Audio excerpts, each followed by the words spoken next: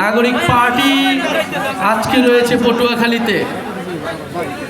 প্রিয় পটুয়াখালীবাসী, আপনারা জানেন জুলাই গণ অভ্যুত্থানের 1 বছরের দ্বার প্রান্তে আমরা।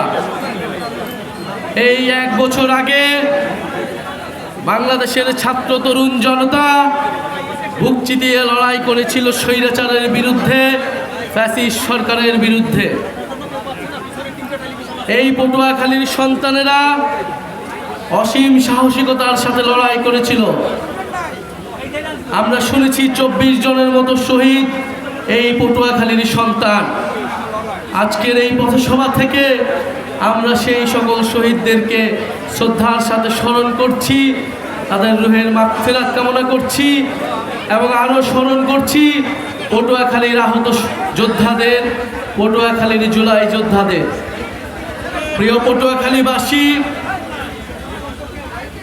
আমরা জনগণের দুয়ারে যাচ্ছি, আপনাদের দ্বারে এসেছি আপনাদের দুঃখ দুর্দশার কথা শুনতে, জাতীয় নাগরিক পার্টির স্বপ্নের কথা বলতে এবং আগামীর বাংলাদেশ আপনারা আমরা একসাথে মিলে কিভাবে তৈরি করতে পারি সেই রূপরেখা তৈরি করতে।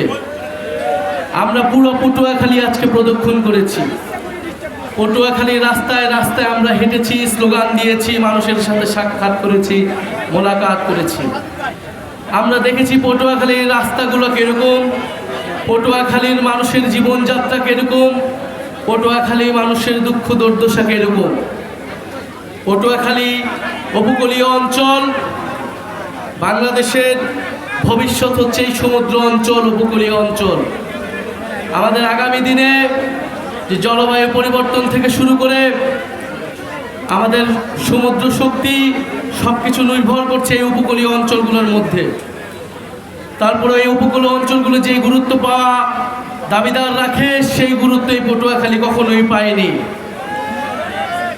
আমরা চাই আগামী দিনে এই পটুয়াখালী, এই উপকূলীয় অঞ্চলগুলো শক্তিশালী ঘাঁটি হিসেবে গড়ে তুলতে হবে। পটুয়াখালীর শিক্ষা স্বাস্থ্য ব্যবস্থা উন্নত করতে হবে।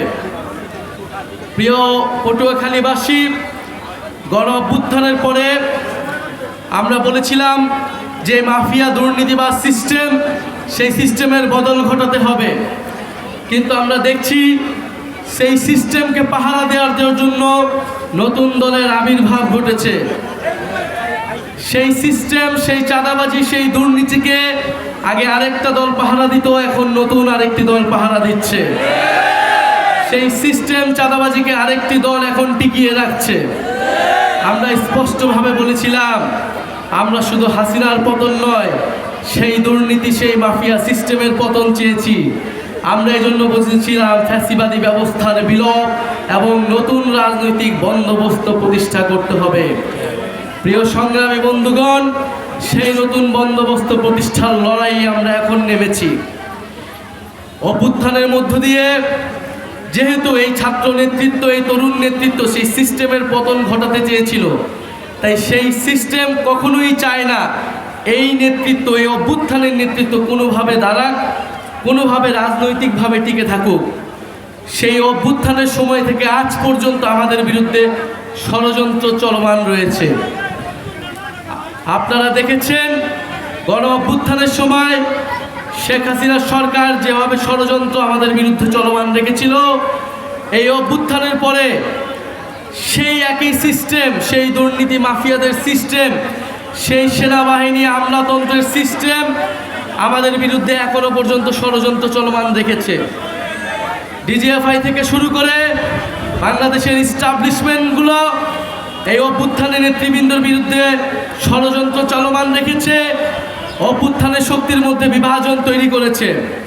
আমরা বলেছিলাম শত্রু বাংলাদেশের ভিতরে নয়, শত্রু বাংলাদেশের বাইরে রয়েছে। সেই বাইরের শত্রুর বিরুদ্ধে বাংলাদেশের সকল পক্ষকে ঐক্যবদ্ধ হতে হবে। কিন্তু বারবার বাংলাদেশের ভিতরেই আমাদের বিরুদ্ধে বিভাজন তৈরি করে রাখা হয়েছে, যাতে আমরা দুর্বল থাকি, যাতে আমাদের ভিতরে অনৈক্য থাকে। প্রিয় পটুয়াখালীবাসী, আমাদের বিরুদ্ধে ষড়যন্ত্র হচ্ছে। সোশ্যাল মিডিয়া থেকে শুরু করে মিডিয়া নানা ধরনের আমাদের বিরুদ্ধে ষড়যন্ত্র তৈরি করা হচ্ছে, নানা ধরনের মিথ্যা নিউজ তৈরি করা হচ্ছে। অভ্যুত্থানের নেতৃবৃন্দকে দুর্নীতিপরায়ণ হিসেবে আপনাদের সামনে সাব্যস্ত করার চেষ্টা করা হচ্ছে। যখন আমরা এই পদযাত্রা শুরু করছি, যখন আমরা প্রত্যেকটি জেলায় যাচ্ছি, যখন মানুষের বাঁধ ভাঙা উচ্ছ্বাস আমাদের প্রতি মানুষের স্রোতের মতো আমাদের মিছিলে এসে মিশতেছে, তখন আমাদের বিরুদ্ধে তৈরি হয়েছে ষড়যন্ত্র। আপনারা কি সেই ষড়যন্ত্রে বিশ্বাস করেন? আমরা কি সেই ষড়যন্ত্র বিশ্বাস করি? এই ষড়যন্ত্রের জবাব দিব আমরা জনসমর্থন দিয়ে। মানুষের প্রতি আমাদের যে সমর্থন, আমাদের প্রতি মানুষের যে উচ্ছ্বাস, মানুষের যে আস্থা, সেই আস্থায় একই ষড়যন্ত্রকে প্রতিহত করবে। প্রিয় পটুয়াখালীবাসী, আমরা বলেছিলাম বাংলাদেশে মুজিববাদ একটি বিভাজন তৈরি করেছে। মুজিববাদী সংবিধান বাংলাদেশ রাষ্ট্রকে এগোতে দেয়নি, কিন্তু সেই মুজিববাদী সংবিধান, সেই ৭২-এর সংবিধানকে টিকিয়ে রাখতে চাচ্ছে এখন বিএনপি।